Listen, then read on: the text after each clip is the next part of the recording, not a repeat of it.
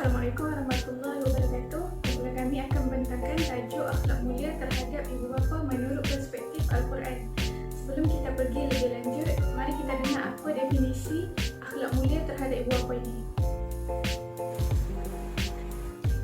Akhlak bermaksud tabiat, kelakuan, perangai atau sifat, manakala akhlak mulia bermaksud akhlak mahmudah, tabiat yang positif, perangai yang baik, sifat yang terpuji dan sebagainya. Okey, seterusnya kenapa berakhlak mulia terhadap kedua ibu bapa menjadi satu kewajipan kepada kita menurut perspektif Al-Quran. Okey, menurut firman Allah Subhanahu Wa Taala dalam surah Al-Isra ayat yang ke-23, A'udzubillahi minasyaitonirrajim. Bismillahirrahmanirrahim. Wa qada rabbuka alla ta'budu illa iyyahu wa bil walidaini ihsana, yang bermaksud dan Tuhanmu telah memerintahkan agar kamu tidak menyembah selain daripadanya dan hendaklah berbuat baik kepada kedua ibu bapa. Jadi berdasarkan daripada ayat Al-Quran tersebut, kita dituntut dan menjadi suatu kewajipan kepada kita untuk berbakti kepada kedua ibu bapa kita. Kita juga dilarang untuk berkata kepada mereka apabila mereka menyuruh kita untuk melakukan sesuatu tugas. Sebaliknya kita perlu berkata benda yang baik kepada mereka. Allah Subhanahu Wa Taala memerintahkan kita sebagai hamba-Nya untuk berbuat baik kepada kedua ibu bapa kita kerana kedudukan mereka di sisi Allah adalah sangat tinggi. Redha Allah terletak daripada redha kedua ibu bapa kita.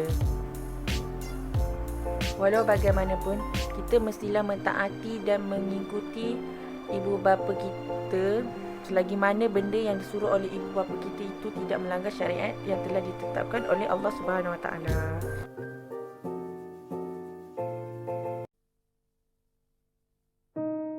Hnu อยากได้พ่อที่ดีกว่านี้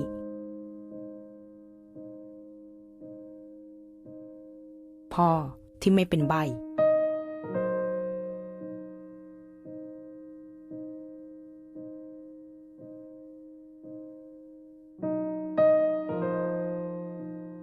พ่อที่เหมือนคนอื่น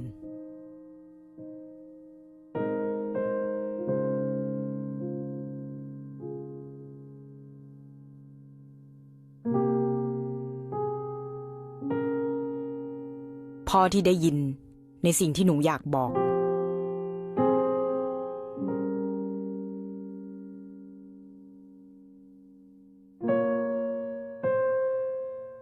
พ่อที่พูดได้แล้วก็เข้าใจหนูได้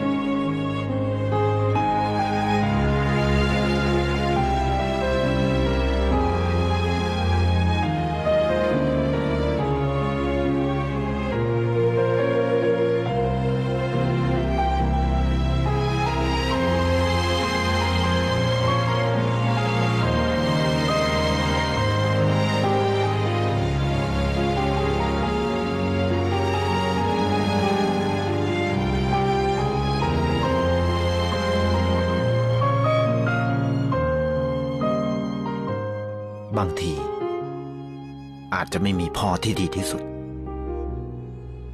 แต่มีพ่อที่รักคุณมากที่สุด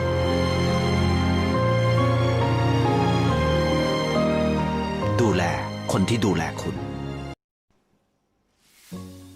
Berdasarkan video tadi, dapat kita memperoleh pengajaran daripadanya bahawa kita mestilah berakhlak mulia kepada ibu bapa kita kerana mereka telah bekerja keras untuk membesarkan kita daripada kita kecil sehingga meningkat remaja seterusnya dewasa.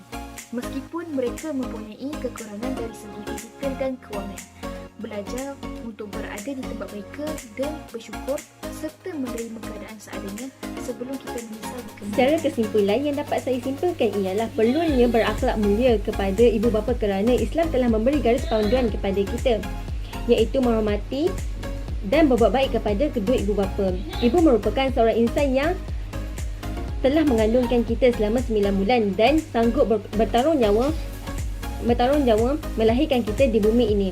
Manakala seorang ayah yang sanggup bekerja keras siang dan malam demi mencari rezeki semata-mata untuk menjaga dan memenuhi keperluan seseorang anak. Oleh itu, sebagai seorang anak yang baik, perlulah melaksanakan tanggungjawab dengan mentaati kepada kedua ibu bapa, memenuhi keperluan mereka, memberi nafkah, melayan mereka dengan baik, sentiasa merendahkan diri dan mendoakan kesejahteraan kepada mereka sebagaimana sabda Nabi Muhammad SAW yang bermaksud, apabila mati seorang anak Adam, maka putuslah amalnya, melainkan 3 perkara, iaitu sedekah jariah, ilmu yang bermanfaat kepada orang lain, dan anak soleh yang mendoakan kepada kedua ibu bapa. Sahabat yang saya kasihi, marilah kita melakukan kebaikan kepada kedua ibu bapa. Lakukanlah perbuatan yang menyenangkan hati mereka semasa mereka masih hidup di dunia dan berdoalah kepada mereka setelah mereka meninggal dunia. Moga-moga dengan berbuat demikian hidup kita diberkati dan dirahmati oleh Allah SWT dan kita menjadi manusia yang bahagia di dunia dan di akhirat. Saya akhir kalam saya dengan sebuah pantun 4 karat, iaitu buah jambu di bawah tangan, buah kelapa di hujung desa, kasih ibu membawa ke syurga, kasih ayah sepanjang masa.